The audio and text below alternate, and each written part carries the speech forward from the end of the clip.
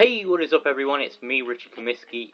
Well, this is going to sound weird to you all, finishing my Let's Play on Pokemon Colosseum today. Reason I'm actually finishing this up is because, I counted the number of episodes I've filmed, and, just how long the game is actually going to take, and I realised, it's going to take a long time to do. So, what I've decided to do is to, finish this LP here. I know I've stated it will be 100%, but that's not the case. Sorry, guys. But I might actually return to this LP in the future, and if I do, I'll just play it on from here, and I'll add it to the playlist. But yeah, this is the finale, and kind of sad to actually say that. But what I'm gonna do for this episode, seeing as it's the finale, and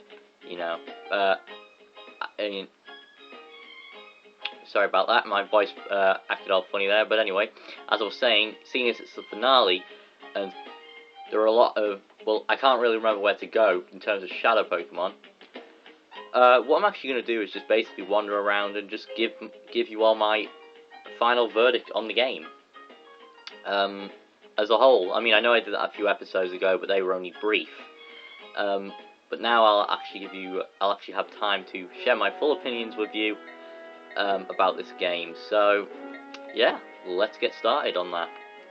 So, you can see on the map here we've unlocked 8 places to go, but further down the road there will be more to unlock. In fact, spoiler alert, if you don't want to hear this, then just skip to 2 minutes and 10 seconds in the video.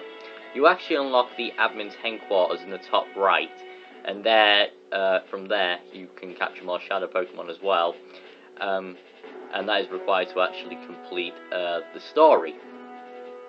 Of course, we start out in Outskirts Stand, and then slowly but surely we go to Phoenix City, then Pirate Town, then to Agate Village, then to Mount Battle, then to the Under, and the Mystery Lab. But that's all we've got to so far, sadly.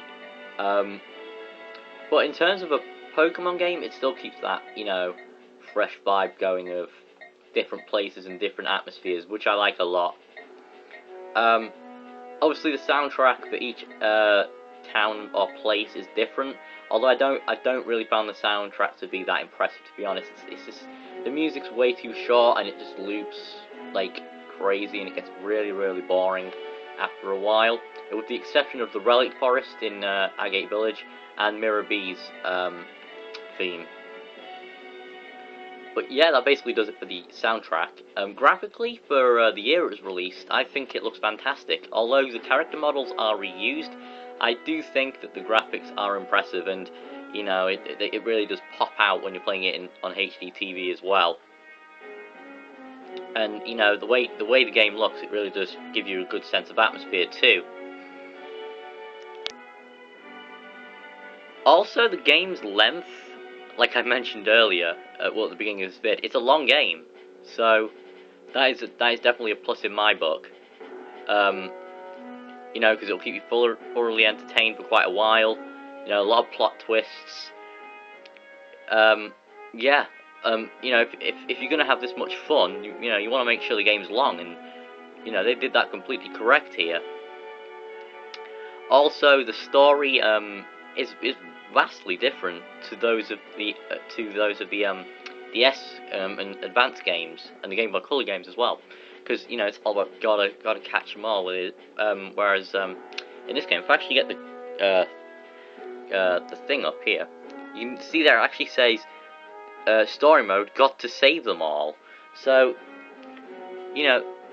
that is completely different, as you can tell already. And one thing I actually haven't covered yet, which is also on the back of the case, is multiplayer mode, which I will be showcasing soon, so be on the lookout for that.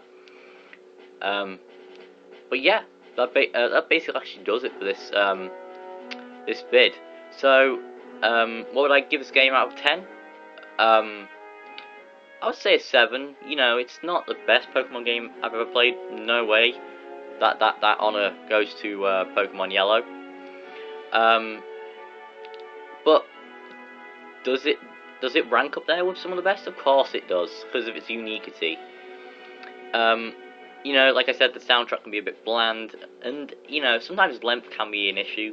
Like you know, I have to finish this LP now, but it's still a fun game in its own right. And if there's any Pokemon fan out there that hasn't tried this game out, please, I recommend you pick this up. You know, yeah, it's dead cheap now on Amazon and eBay. You know, just give it a shot. You might like it, you might not, but you never know until you try. But yeah, that basically does it for this finale. Next playthrough I will most likely be doing after I finish Sonic Rush will be Sonic Adventure 2 Battle for the Nintendo GameCube. So I'll see you all then for that.